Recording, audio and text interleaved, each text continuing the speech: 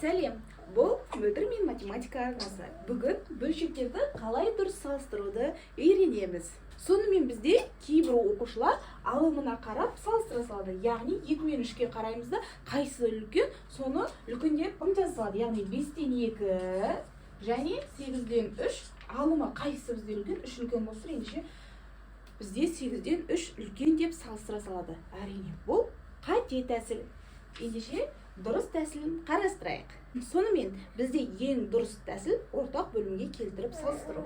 Яғни 5-тен 2 және 8-ден 3. Енді бөлімдері бізде 5 және 8 деген сандар екен. 5 мен 8-дің ең кіші ортақ еселігі қайсысы бізде 40 болады. Енді 40-ты жеткізу үшін 40 болады. 5 40-қа толу үшін нешеден беру керек біз? 8-ден береміз. 8. Так, 40-ты жазып қойдым. 2 8 қанша? 16. 40-та 16 шығады екен. Келесі 8 40-қа толу үшін нешеден береміз? 5-ден береміз. Яғни 40-та неше болады? 15. Енді салыстырайық. Бізде 5-тен 2 қанша шықты? 40-тан 16 шықты. Ал 8-ден 3-іміз неше шықты? 40-тан 15 шықты, иә? Енді салыстыруымызға болады.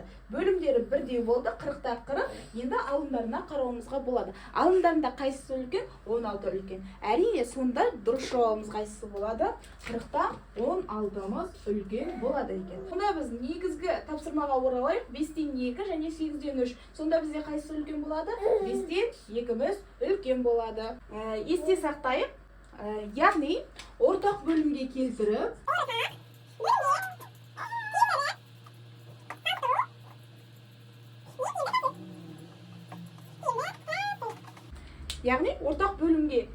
алып, содан кейін барып салыстырсақ, біз өз жауабымызға сенімді болады екен. Сонымен балалар, мен сіздерге үйге тапсырма берейін. Ол тапсырманың жауабын астына комментарийға жазып кетіңдер.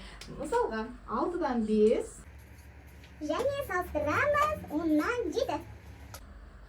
Мінекей, үй тапсырмасы осы, астына комментарийға жауабын жазып кетіңдер. Сонымен достар, видео пайдалы болса, лайктарыңызды басып, каналға тіркеліп, астына жауаптарыңызды жазып кетуді ұмытпаңдар. Келесі видеода кездескенше.